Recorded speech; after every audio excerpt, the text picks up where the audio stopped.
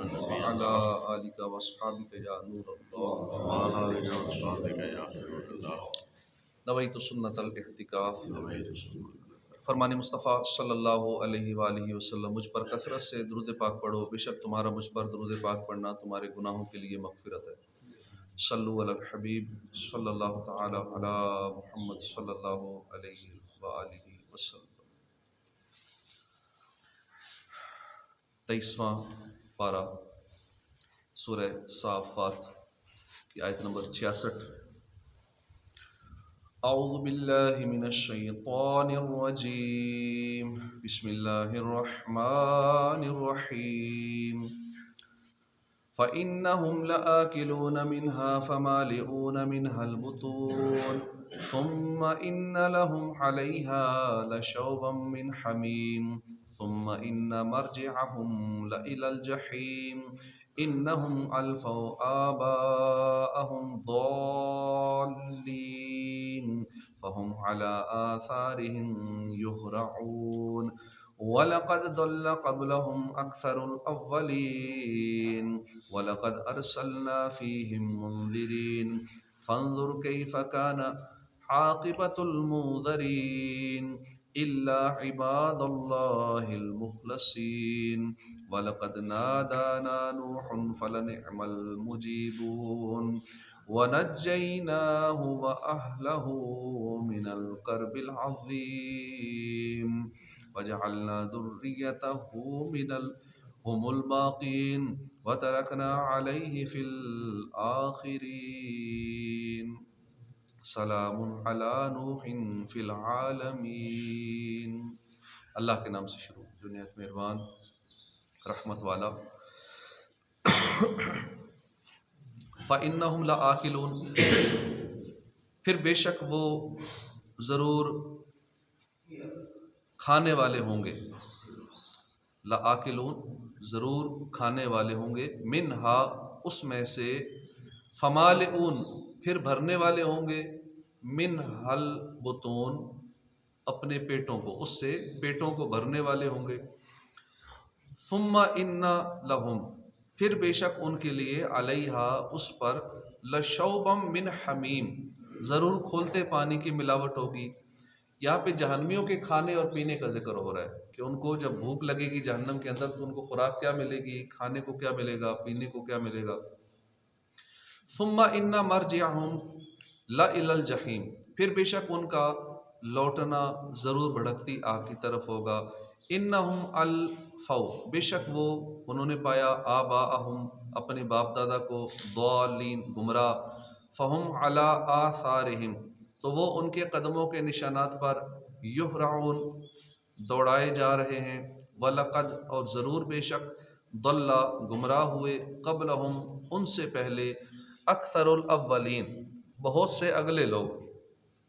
وَلَقَدْ اور ضرور بے شک، ارسلنا ہم نے بھیجے،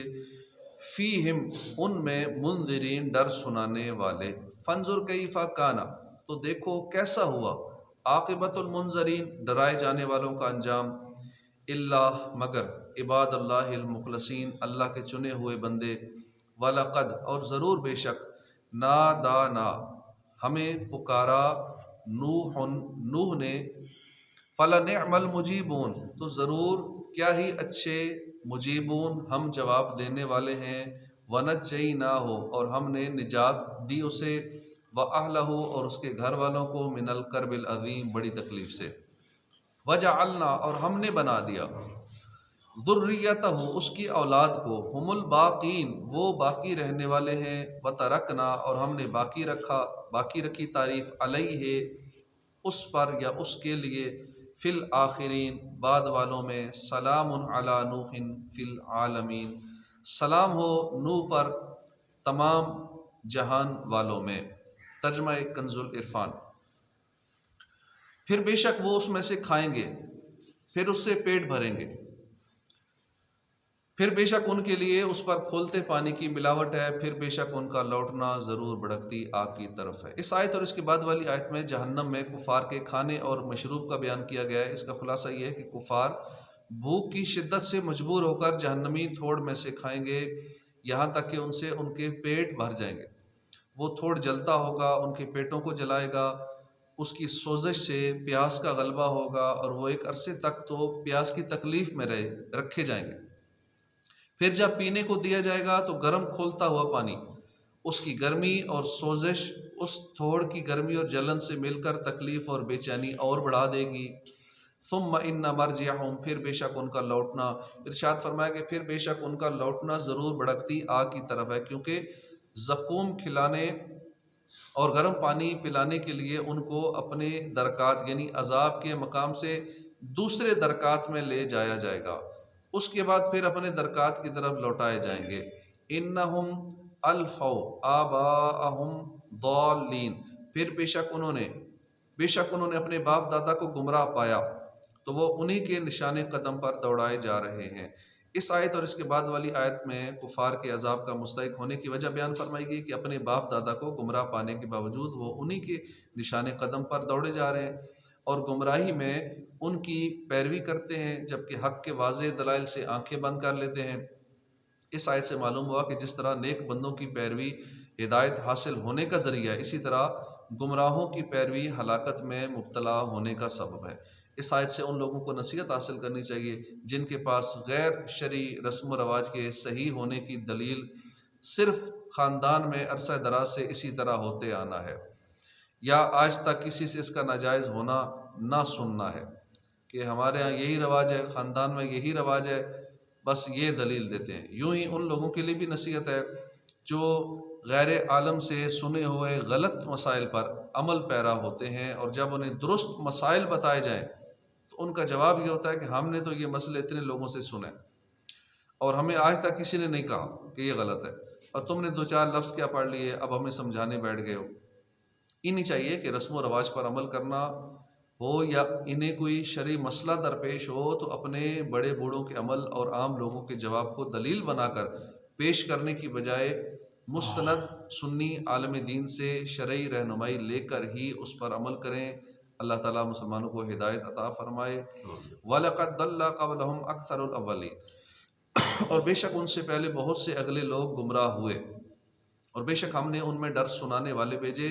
تو دیکھو ڈرائے جانے والوں کا کیسا انجام ہوا مگر اللہ کے چنے ہوئے بندے۔ اس آیت اور اس کے بعد والی 3 آیات کا خلاصہ یہ ہے کہ اے حبیب صلی اللہ علیہ وسلم، بے شک کفار قریش سے پہلے بہت سے اگلے لوگ اسی وجہ سے گمراہ ہوئے کہ انہوں نے اپنے باپ دادا کی غلط راہ نہ چھوڑی اور حجت اور دلیل سے کوئی فائدہ نہ اٹھایا، اور بے شک ہم نے ان میں انبیاء کرام بھیجے جنہوں نے ان کو گمراہی اور بدعملی کے برے انجام کا خوف دلایا، لیکن انہوں نے اپنے جاہل باپ داداؤں کی پیروی نہ چھوڑی اور انبیاء کرام کا کہنا نہ مانا، جس کی وجہ سے ان ڈرائے جانے والوں کا انجام یہ ہوا کہ وہ عذاب سے ہلاک کر دیے گئے، جبکہ اللہ تعالیٰ کے چنے ہوئے ایماندار بندے عافیت میں رہے اور انہوں نے اپنے اخلاص کے سبب عذاب سے نجات پائی۔ وَلَقَدْ نَادَانَا نُوحٌ فَلَنِعْمَ الْمُجِيبُونَ، اور بے شک نوح نے ہمیں پکارا تو کیا ہی اچھے جواب دینے والے ہیں، اور ہم نے اسے اور اس کے گھر والوں کو بڑی تکلیف سے نجات دی۔ یہاں سے اللہ تعالیٰ نے انبیاء کرام کے 7 واقعات بیان فرمائے۔ سب سے پہلے نوح علیہ السلام کا واقعہ بیان فرمایا، اس کے بعد ابراہیم علیہ السلام کا واقعہ، اس کے بعد اسماعیل علیہ السلام کا واقعہ، حضرت موسیٰ اور ہارون علیہ السلام کا واقعہ، حضرت الیاس علیہ السلام کا واقعہ، حضرت لوط علیہ السلام کا واقعہ، حضرت یونس علیہ السلام کا واقعہ بیان فرمایا۔ ان تمام واقعات کو بیان فرمانے سے مقصود حضور سید المرسلین صلی اللہ علیہ وسلم کو تسلی دینا اور ان کی امت میں سے کفر کرنے والوں کو عذاب سے ڈرانا ہے۔ جب حضرت نوح علیہ السلام کو اپنی قوم کے ایمان قبول کرنے کی امید نہ رہی تو آپ نے اللہ کی بارگاہ میں دعا کی، انی مغلوب فانتصر، انی مغلوب فانتصر، کہ میں مغلوب ہوں تو میرا بدلہ لے۔ رب لا نظر علی الارض من الکافرین، اے میرے رب زمین پر کافروں میں سے کوئی بسنے والا نہ چھوڑ۔ یہ عرض کی نوح علیہ السلام نے، بے شک اگر تو انہیں چھوڑ دے گا تو یہ تیرے بندوں کو گمراہ کر دیں گے، اور یہ اولاد بھی ایسی ہی جنیں گے جو بدکار ہوگی، بڑی ناشکری ہوگی۔ زیر تفسیر آیت میں اللہ نے ارشاد فرمایا کہ نوح علیہ السلام نے ہمیں پکارا اور ہم سے اپنی قوم پر عذاب نازل کرنے اور انہیں ہلاک کر دینے کی درخواست کی، تو ہم کیا ہی اچھے جواب دینے والے ہیں کہ ہم نے ان کی دعا قبول کی اور دشمنوں کے مقابلے میں ان کی مدد کی، ان کے دشمنوں سے پورا انتقام لیا کہ کہ انہیں غرق کر کے ہلاک کر دیا۔ وَنَجَّيْنَاهُ وَأَهْلَهُ، اور ہم نے اسے اور اس کے گھر والوں کو نجات دی، یعنی ہم نے نوح علیہ السلام کو اور جوان اور نوح علیہ السلام کو اور جو جو ان پر ایمان لایا انہیں غرق ہونے سے نجات دی۔ اب یہ دعا جو ہے ہمیں بھی مانگتے رہنا چاہیے، جب کوئی بے بس ہو جائیں، بالکل مغلوب ہو جائیں، کوئی صورتحال باقی نہ رہے اور دشمن غالب آ جائے، بالکل بے بس ہو جائیں، تو اللہ کی بارگاہ میں انی مغلوب فانتصر، یا اللہ میں مغلوب ہوں، میری مدد فرما۔ جب رب کی مدد آتی ہے تو پھر سارے تباہ و برباد ہو جاتے ہیں۔ اللہ کی مدد شامل حال ہو، سارے معاملات سیدھے ہو جاتے ہیں، چاہے دشمن کتنا ہی طاقتور کیوں نہ ہو۔ تو ربی انی مغلوب فانتصر، مغلوب میں مغلوب ہوں۔ ایک ہوتا ہے نا غالب، ایک ہوتا ہے مغلوب، ایک ہوتا ہے کسی بھی غالب آ جاتا ہے، حاوی ہو جاتا ہے، ایک مغلوب ہے، مجبور ہو گیا ہوں، میں مغلوب ہو گیا ہوں، غالب نہیں ہوں، مغلوب ہوں، غالب کو الٹ مغلوب ہو۔ اللہ میں مغلوب ہوں، میرے بدلہ لے، میری مدد، فانتصر، مدد فرما، یا میرا بدلہ لے لے۔ تو پھر اللہ پاک خود ہی بدلہ لے لیتا ہے۔ وَجَعَلْنَا ذُرِّيَّتَهُ هُمُ الْبَاقِينَ، اور ہم نے اسی کی اولاد باقی رکھی، اور ہم نے بعد والوں میں اس کی تعریف باقی رکھی، تمام جہان والوں میں نوح پر سلام۔ ارشاد فرمایا کہ ہم نے حضرت نوح علیہ السلام کی اولاد ہی باقی رکھی، تو اب دنیا میں جتنے انسان ہیں یہ سارے انسان نوح علیہ السلام کی نسل سے ہیں۔ ان کو آدم ثانی بھی کہا جاتا ہے کہ دنیا میں سب کچھ ختم ہو گیا تھا، ایسا سیلاب آیا، ایسا پانی چڑھا کہ آج کل بھی دیکھیں نا، جو اس وقت بارشوں کی وجہ سے حالات ہیں، دبئی ایئرپورٹ ایسا بنا ہوا تھا جیسے یہ سمندر ہے،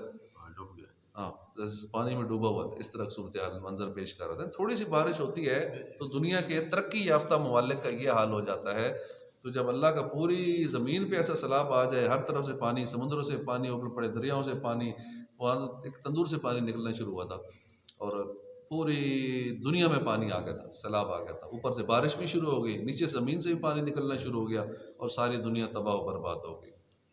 صرف یہی عذاب آ جائے تو یہ دنیا کی ساری ترقیاں، ساری بلڈنگیں، ہر چیز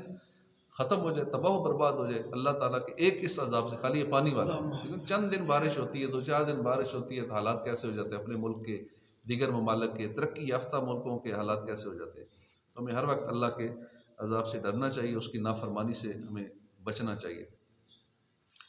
اور ہم نے اس کی تعریف باقی رکھی کہ نوح علیہ السلام کی اولاد ہی باقی رہی، اور اب جتنے بھی دنیا میں انسان ہیں یہ نوح علیہ السلام کی نسل سے ہیں۔ حضرت عبداللہ بن عباس سے مروی ہے،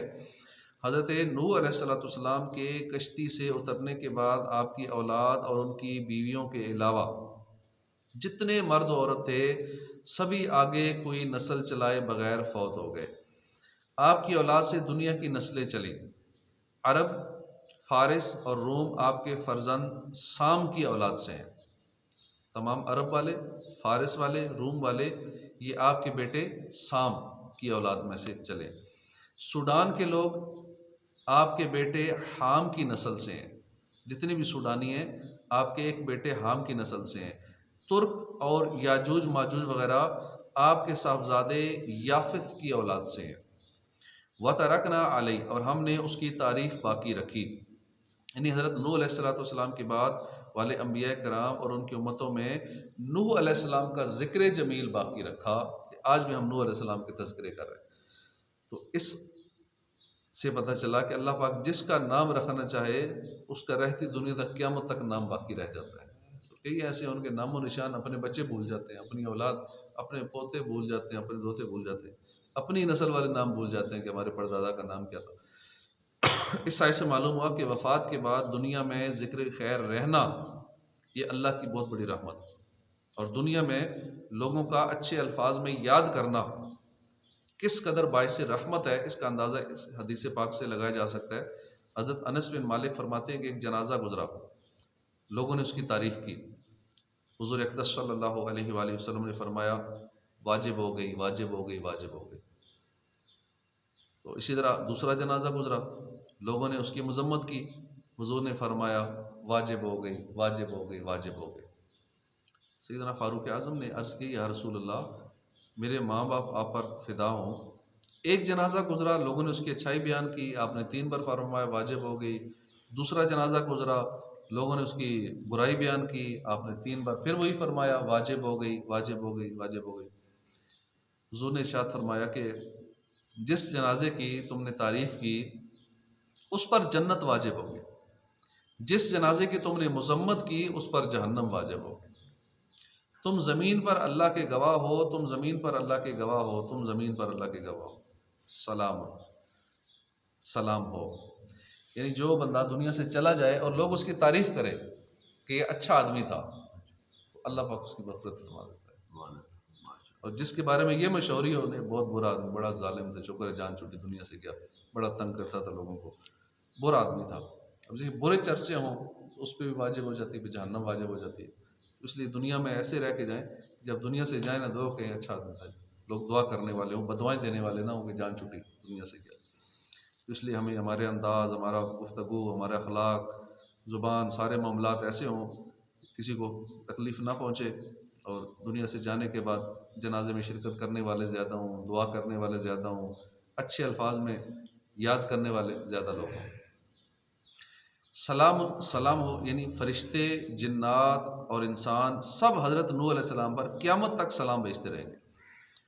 حضرت سیدنا سعید بن مسیب فرماتے ہیں کہ مجھے یہ خبر پہنچی ہے کہ جو شخص